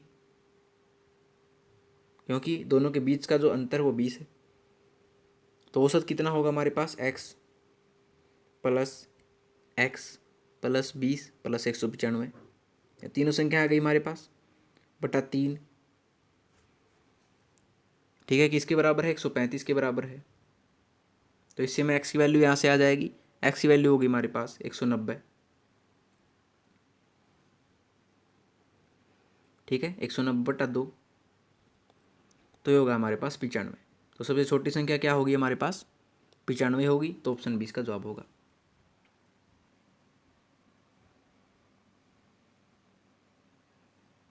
ठीक है, आगे है कि ए तथा बी की आयु 6:5 के अनुपात में है तथा उनकी आयु का योग 44 वर्ष है। 8 वर्ष बाद उनकी आयु का अनुपात क्या होगा। तो ए बी की आयु के अनुपात जो है दोस्तों वो 6:5 दे रखा है, और उसकी आयु का योगफल दे रखा है 44। तो ए की वर्तमान आयु क्या हो जाएगी, 6/11, टोटल हो जाएगा 6×5 का, तो गुना 44 हो जाएगी। तो ए की आयु होगी हमारे पास 24 वर्ष, और बी की आयु जो होगी हमारे पास वो होगी 5/11 गुना 44, यानी कि 20 वर्ष। ठीक है, तो 8 वर्ष बाद क्या होगी ए की आयु, ये होगी 24 और 8 32 हो जाएगी दोस्तों ए की आयु, और बी की आयु क्या हो जाएगी आपके पास, ये हो जाएगी 20 और 8 28। तो 32:28 कितना हो जाएगा आपके पास, 8:7 हो जाएगा।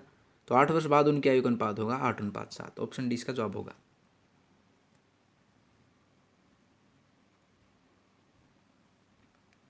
ठीक है, आगे प्रश्न है, एक समद्विबाहु त्रिभुज की 3 भुजाएं x+1 है 9 - x और 5x - 3 से निरूपित की जाती हैं, ऐसे कितने त्रिभुज संभव हैं।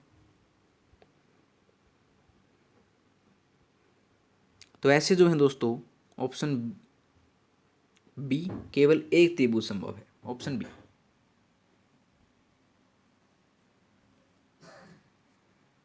ठीक है दोस्तों,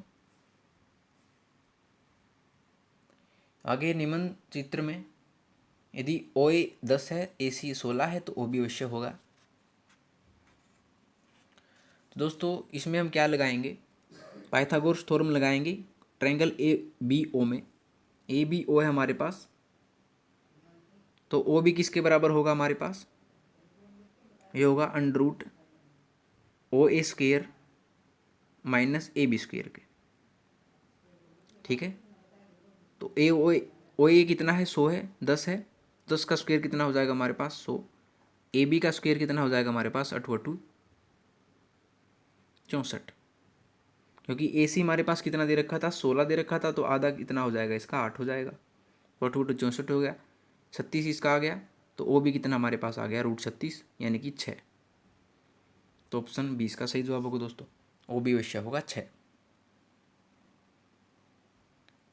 तो ये थे आपके गणित के प्रश्न। अब हम आते हैं दोस्तों पर्यावरण अध्ययन के प्रश्नों पर। तो देखिए 121वां प्रश्न, निम्नलिखित में से क्या पर्यावरण अध्ययन के संदर्भ में सही है। कथन देखिए, 1 से 2 की कक्षाओं के लिए भाषा और गणित के माध्यम से पर्यावरण अध्ययन पढ़ाया जाता है।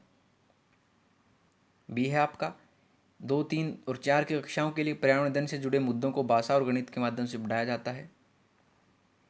सी है आपका 1 से 2 तक की कक्षाओं के लिए पर्यावरण अध्ययन से जुड़े मुद्दे विज्ञान और सामाजिक विज्ञान के द्वारा पढ़ाए जाते हैं। डी है पर्यावरण अध्ययन एक विषय है जो 1 से 5 तक की कक्षाओं में पढ़ाया जाता है। तो इसमें सही कथन जो है दोस्तों वो है ऑप्शन ए, 1 से 2 की कक्षाओं के लिए भाषा और गणित के माध्यम से पर्यावरण अध्ययन पढ़ाया जाता है। ठीक है, आगे प्रश्न देखिए दोस्तों कि बच्चों को पर्यावरण अध्ययन को सीखने के लिए खोजने के द्वारा पर्याप्त समय दिया जाता है, यह इंगित करता है कि पर्यावरण अध्ययन बाल केंद्रित है, ऑप्शन बी।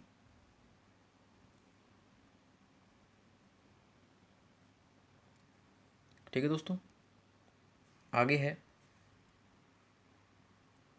कि पर्यावरण अध्ययन कक्षाओं 3 से 5 के लिए एक विषय क्षेत्र जो संकलित करता है।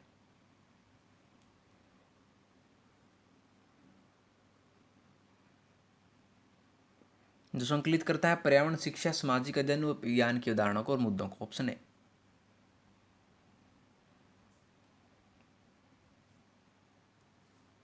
ठीक है, आगे है कि निम्नलिखित में से क्या पर्यावरण अध्ययन के शिक्षक के लिए वांछनीय गतिविधि है।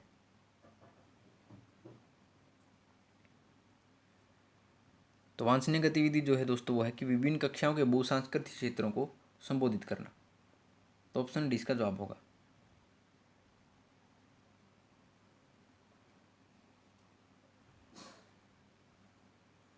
ठीक है,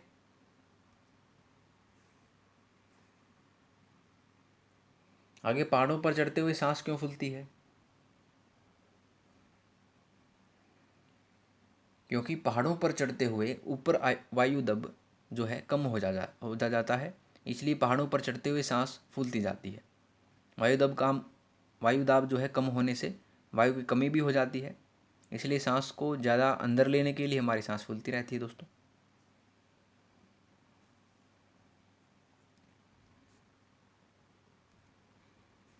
आगे देखिए कि निम्नलिखित में से कौन सा पर्यावरण अध्ययन पाठ्यक्रम के सुझावित प्रकरणों का प्रकरण है।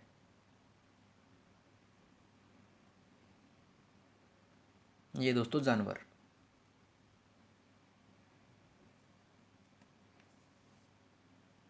ठीक है, आगे देखिए कि पर्यावरण अध्ययन के शिक्षक के द्वारा बच्चों को जानवरों का अवलोकन और उनका चित्र बनाने को प्रेरित करने का उद्देश्य है। कथन है कि बच्चों में सृजनात्मकता का विकास करना, बच्चों में अवलोकन और रचना कौशलों का विकास करना और बच्चों में सौंदर्यगत संवेदना का विकास करना। पेन में कथ्य सत्य कथन में बताना है दोस्तों, तो कौन कौन से होंगे। तो दोस्तों ये तीनों ही सत्य हैं, पहला, दूसरा और तीसरा। तो ऑप्शन सी जो है इसका सही जवाब होगा दोस्तों, 1, 2 और 3। ठीक है, तीनों ही सत्य हैं।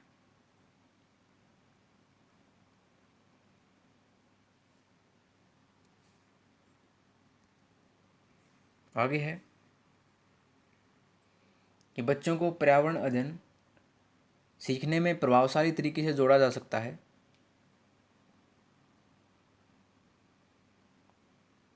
तो ये जोड़ा जा सकता है दोस्तों वृत्तांत को और कहानियों को। तो ऑप्शन ए इसका सही जवाब होगा।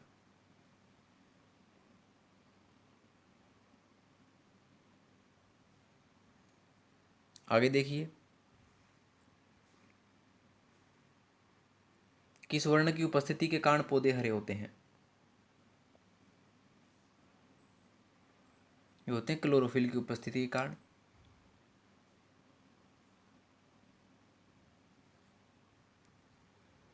ठीक है, आगे है कि मानवीय गतिविधियां जो पृथ्वी पर जलवायु परिवर्तन के लिए जिम्मेदार हैं वे हैं। तो वे हैं दोस्तों एरोसोल कैन का उपयोग, वनों को जलाना, कृषि क्रियाकलाप, तीनों ही जिम्मेदार हैं। तो ऑप्शन डी इसका जवाब होगा परोक्ष भी।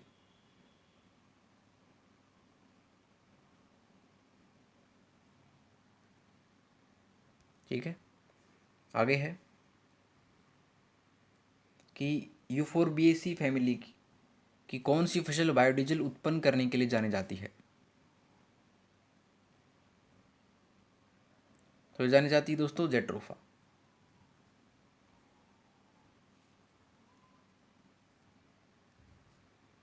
ठीक है, आगे प्रश्न है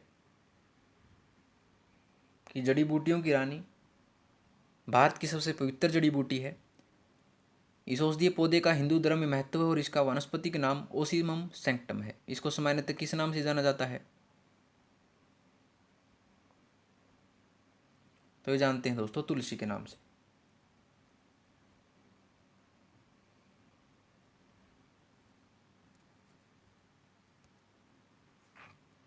आगे है कि पीने के लिए सुरक्षित पानी को क्या कहते हैं?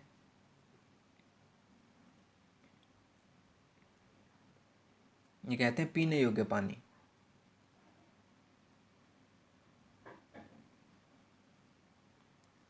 ठीक है दोस्तों, आगे देखिए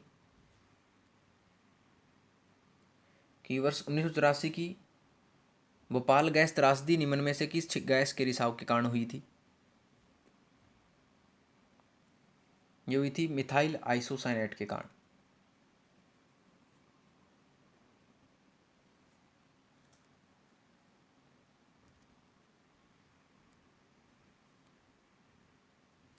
आगे इंदिरा गांधी नहर राजस्थान में कहाँ प्रवेश करती है?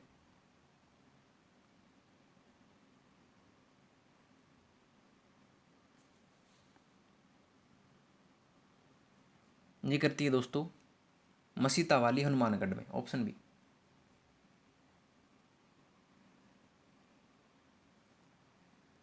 ठीक है,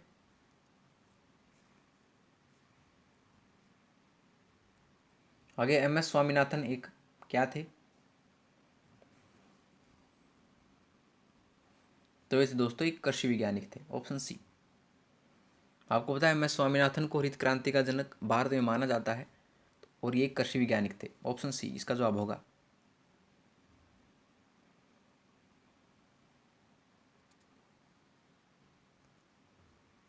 आगे देखिए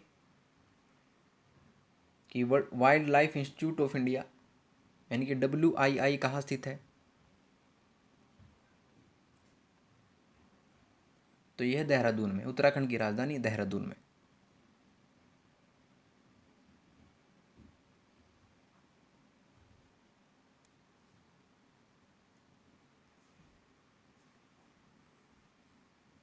आगे प्रश्न है प्रकाश संश्लेषण के दौरान हरे पौधे निम्न में से किसे सोख लेते हैं?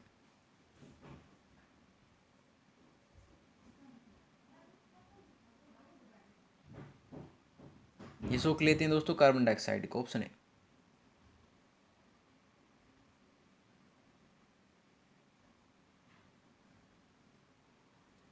ठीक है दोस्तों,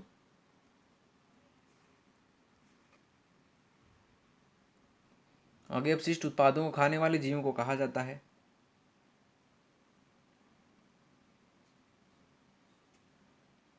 ये कहा जाता है दोस्तों मृतक पक्षी।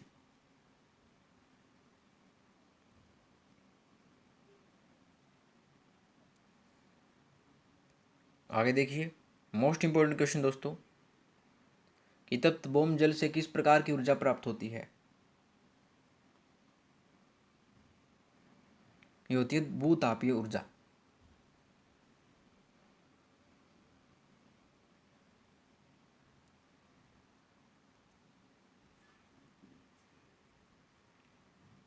आगे 16 घास स्थल कहाँ पाए जाते हैं?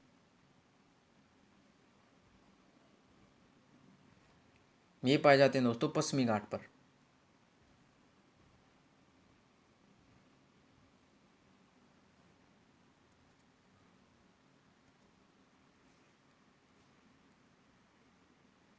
आगे, भारत में पेलिकन पक्षी कहाँ प्रजनन करते हैं?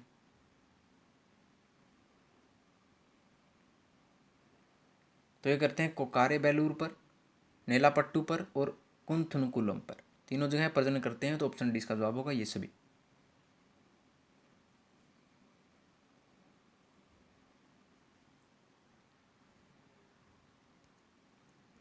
आगे है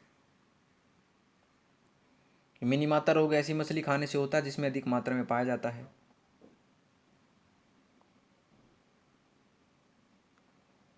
ये पाया जाता है दोस्तों पारा।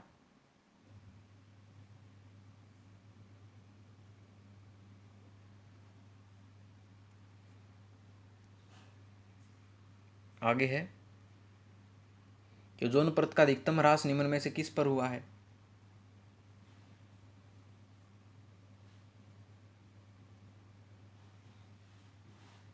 ये हुआ दक्षिणी ध्रुव पर, ऑप्शन सी।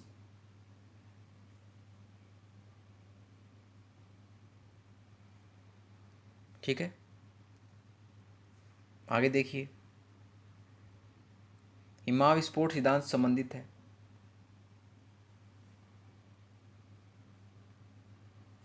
ये संबंधित है ब्रह्मांड की उत्पत्ति से।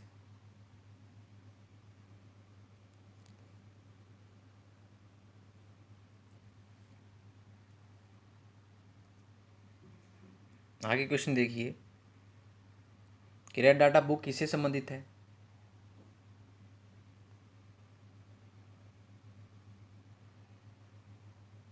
यह विलुप्ति के करीब जीवों से संबंधित, ऑप्शन ए।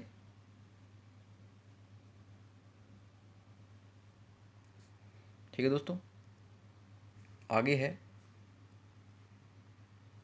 इनमें से कौन वर्तमान राष्ट्रीय महिला आयोग की अध्यक्षा है?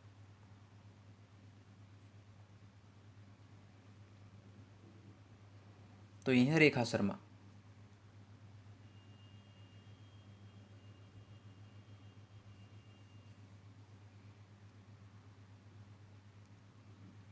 आगे है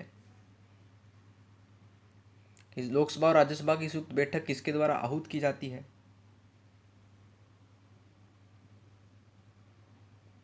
ये की जाती है राष्ट्रपति द्वारा।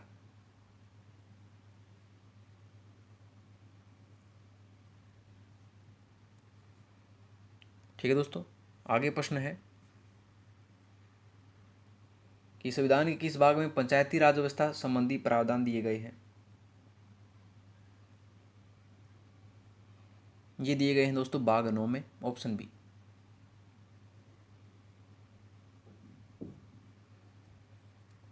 और 150वां प्रश्न देखिए दोस्तों, 74वें संविधान संशोधन का संबंध है। यह शहरी स्थानीय स्वशासन से, ऑप्शन सी।